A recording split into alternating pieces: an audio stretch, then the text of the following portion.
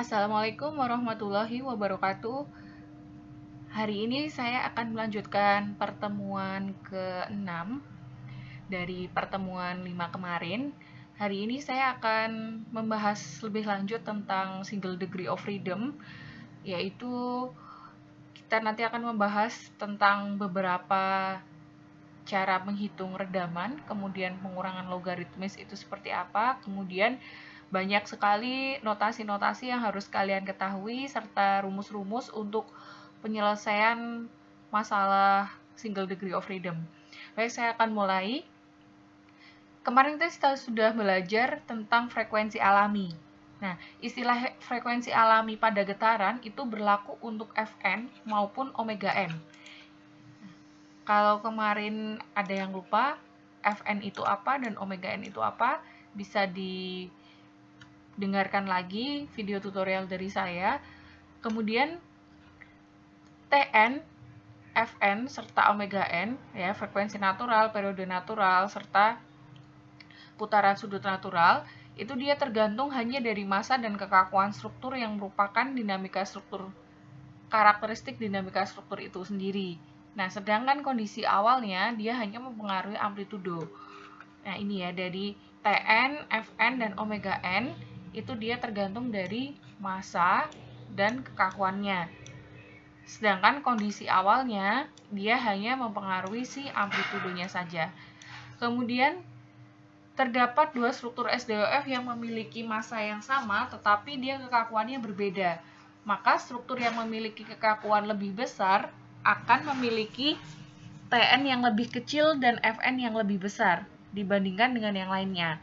Nah, apabila dua struktur SDOF itu dia memiliki kekakuan yang sama tetapi massanya berbeda, maka struktur tersebut memiliki massa yang lebih besar dan memiliki Tn yang lebih besar serta Fn-nya lebih kecil dibandingkan lainnya. Nah, ini ada sebuah contoh.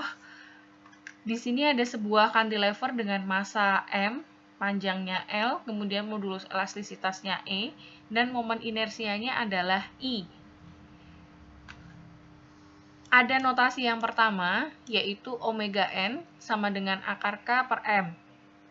Ini merupakan penyelesaian solusi masalah apabila ada soal seperti ini.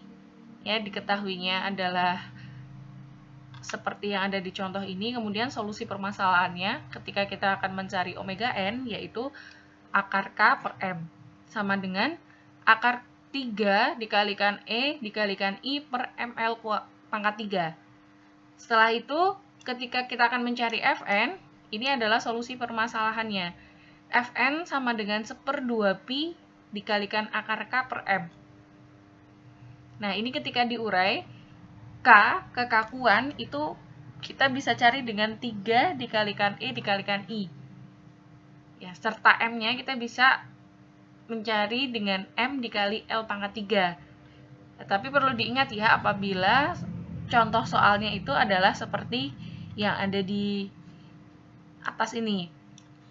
Nah, kemudian bagaimana cara untuk mencari periode naturalnya? Periode naturalnya adalah Tn sama dengan 2pi dikalikan akar M per K. Ya, ini kalian perlu dicatat karena ini rumus yang sudah disingkat dari kesemua rumus yang sudah kemarin di pertemuan 5 saya jelaskan. Jadi, supaya lebih mudah untuk mengerjakan permasalahan dari single degree of freedom. Lanjut, saya akan membahas lagi tentang ini, omega n. Tadi saya sudah perlihatkan untuk natural frekuensi atau omega n, itu dia akar 3 dikali EI per ML pangkat 3. Jadi mekanismenya seperti ini. Apabila dia ada cantilever spring, contohnya, di sini ada bangunan cantilever ya, yang diberikan pegas. Ini merupakan M-nya ada di sini, kemudian L-nya sepanjang ini, dan ada inersianya di sini. Nah, maka natural frekuensinya adalah akar 3EI per ML pangkat 3. Kemudian untuk Fn-nya, linear frekuensinya itu 1/2pi kali akar 3EI per M L pangkat 3. Ya, kemudian periodenya berarti 2pi dikali ML pangkat 3 per 3EI. Massa 1 sama dengan massa 2. K1 kurang dari K2 itu KI-nya sama dengan 3EI per L pangkat 3. Nah, karena K1 kurang dari K2, maka ini periodenya Tn1 lebih dari Tn2. Jadi ini simulasinya. Ini massa 1 sama dengan massa 2. Ya, dia memiliki kekakuan sama masing-masing. Apabila K1-nya itu kurang dari K2, maka bisa digunakan rumus ini. Nah, karena K1 ini tuh kan lebih kecil daripada K2, jadi bisa dilihat dari strukturnya, dia lebih tebal K2-nya, maka Tn1-nya itu lebih dari Tn2, otomatis ya, karena kan lebih besar. Kemudian untuk omega n-nya, itu dia lebih kecil daripada omega n2. Untuk frekuensi naturalnya, itu Fn1 kurang dari Fn2. Nah, apabila ada contoh struktur seperti ini,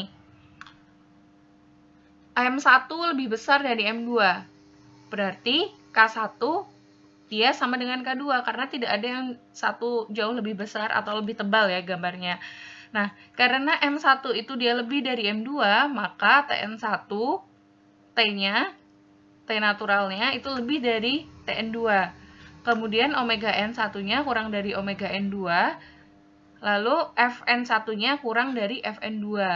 Nah, gitu. Jadi bisa di logika ya kalau ada contoh struktur seperti itu. Kemudian lanjut ke getaran bebas dengan redaman. Kalau kemarin kita bahas tentang undamped free vibration, sekarang kita bahas tentang damped free vibration.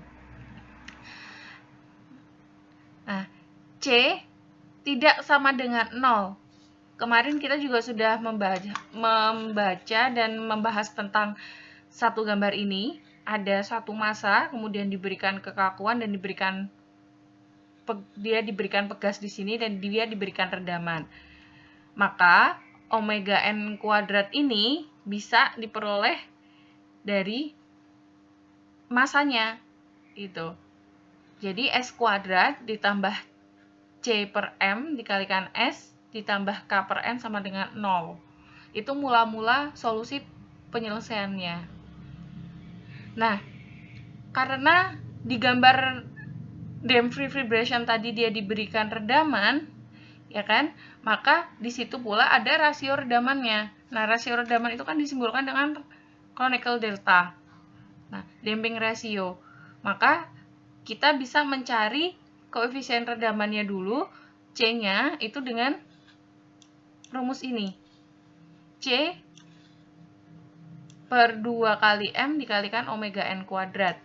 Kemudian apabila dia koefisien redaman kritis, jadi ada koefisien redaman biasa dan yang koefisien redaman kritis. CCR kalau kritis itu. Berarti kita bisa cari dengan C per CCR atau 2 dikalikan M dikalikan omega N kuadrat. Nah, ini. Lalu bila disingkat, bisa disederhanakan jadi 2 dikali akar K per M. Seperti itu ya. Nah, ini nanti ada gambar pengaruh redaman terhadap getaran bebas.